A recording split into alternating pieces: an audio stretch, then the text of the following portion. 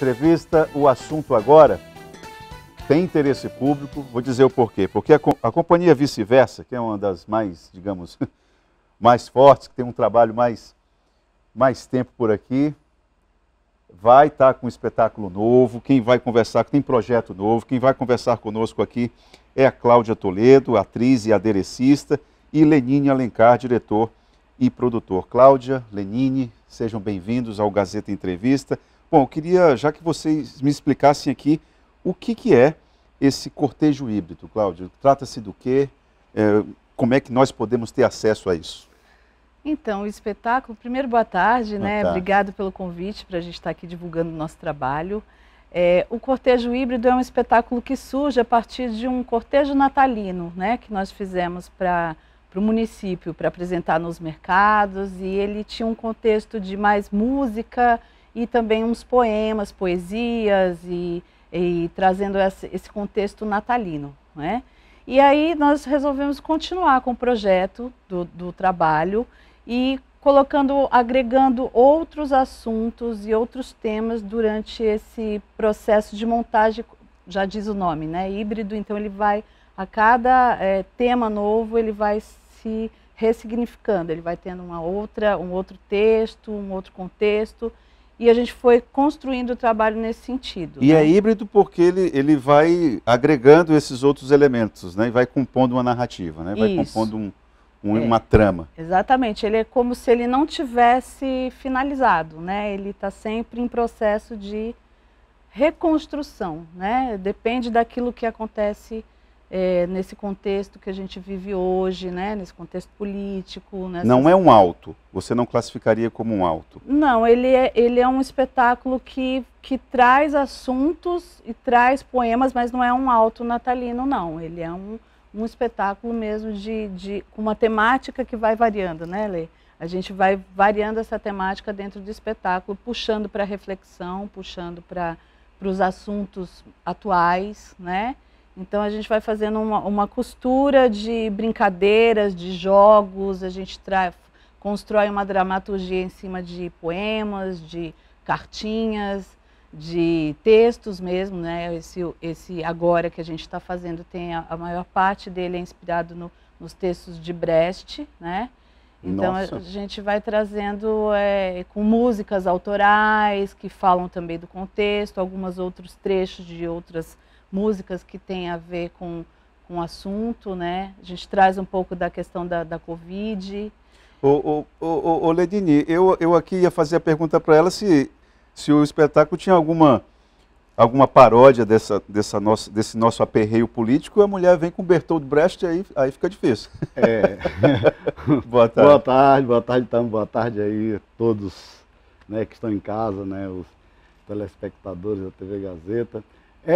O cortejo híbrido, ele é isso, ele faz uma paródia dessas questões. Você está falando assim, a gente vai ter que dizer para o Itaã que o cortejo híbrido é um ensaio preparatório para o inimigo do povo.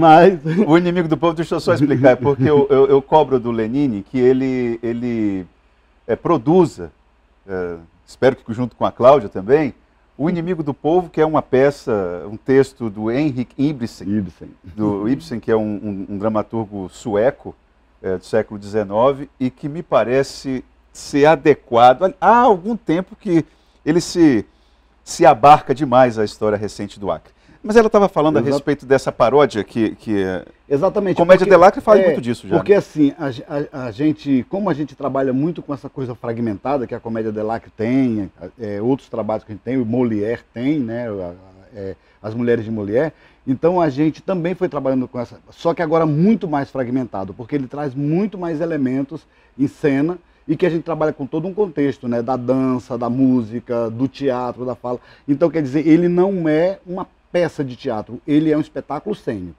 né, que está com o pé no teatro e tal. Ele faz as paródias, mas ele não pretende também ser nenhum espetáculo cômico, né? Ele está trazendo esse momento atual que a gente está vivendo. Mas isso é muito interessante, né? Isso dá mais liberdade ali de atuação, inclusive, Sim. né? Na realidade ele é uma grande alegoria, né? Uma coisa bem carnavalesca, alegórica que traz alguns personagens, né? A gente buscou lá nos Cavaleiros do Apocalipse, trouxemos a morte, a peste, a guerra e a fome, né? Isso tocou muito na gente por causa desse momento que a gente está vivendo agora, da questão da pandemia que a gente viveu, e que é coisa pior do que esses 4 cavaleiros nos tiveram presente nesse momento de pandemia, entendeu? Aquele que leva a vida, aquele que promove a fome, aquele que promove, né, e por aí vai. Quer dizer, um contexto, né? A morte, né? E a morte é o ápice final, né? Morreu. Vai ter alguém jogando xadrez com a morte, né? Ou dançando diante da morte? Né? Ou por aí, né? Coisas. Mas aí o público, porque ele é um trabalho que possibilita o público interagir com ele. Porque mesmo que a gente tenha trabalhado em Brecht, mas a gente também tem uma pegada em Boal, sabe? Augusto então Boal. Tem isso, de você poder fazer esse diálogo com o público. O público é ator dentro da cena, né? Ele também pode participar. Onde vão ser as apresentações? São gratuitas? Vocês têm apoio de alguém? É importante a gente falar. Quem apoia a arte é tão pouco, né? Então quando alguém apoia tem que falar. A gente nunca vai poder deixar de negar, né, que os fundos de cultura eles são muito importantes. E o do município de Rio Branco, ninguém pode negar porque ele é uma construção feita pelo movimento cultural juntamente com a gestão pública. E, então ele é um projeto financiado pelo Fundo Municipal de Cultura, através da Fundação Garibaldi Brasil. Isso. Passou no edital, né? Um edital que não foi nenhum balcão, não. 2021. Nós fomos lá pedir para o presidente da fundação para garantir dinheiro para o nosso país. Vocês obedeceram as regras. Obedecemos as regras, entramos no edital, foi aprovado, e aí agora nós vamos levar para escolas, para a comunidade. A gente vai apresentar hoje, amanhã e quarta, 8, 9 e 10, né? Tem 5 escolas aí. Hoje na Berta Vieira, amanhã Ejorbe à tarde, Serafim Salgado à noite, para EJA. E na quarta-feira tem o Sebastião Salgado, né? Pedrosa. Sebastião Pedrosa. Que é lá à tarde, na Comara. Isso. Segundo distrito. E à noite temos na Anice de Bijatene, aqui no Julião. E aí a gente volta dia 21 com uma apresentação no Parque Chico Mendes e dia 22 já dentro da do programação Congresso. O híbrido, ele necessariamente, esse cortejo híbrido, não é isso? Uhum. O cortejo híbrido, ele necessariamente exige uma... porque está alto o ponto aqui, por isso que eu estou meio... ele exige um ambiente externo ou pode ser feito em... Ele é teatro de rua, teatro né? de rua.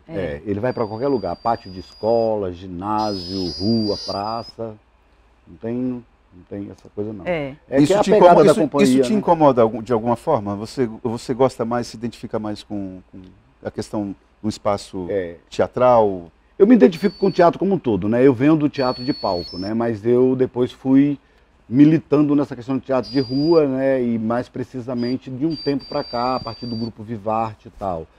E aí é a forma que a gente tem de popularizar. As pessoas não têm acesso. Ninguém se vê, uma pessoa de uma comunidade carente, ela não se vê pertencente a um teatro Plácido de Castro. Até porque o teatro Plácido de Castro está fechado agora há muito tempo. Né? Mas ela não se vê pertencente àquele lugar. Então, se ela não se vê pertencente, né, vale o que o Milton Nascimento diz, né? O artista vai onde o povo está. Essa então, sua fala é lamentável, essa sua fala, né? Mas ela é verdadeira. Ela é verdadeira. Vocês então utilizam as escolas como se fosse uma espécie de estratégia para a formação de um novo público, né? Na realidade, como a gente está com esse projeto, né, e ele é um projeto que tem essas várias apresentações, a gente optou por fazer em algumas escolas, né?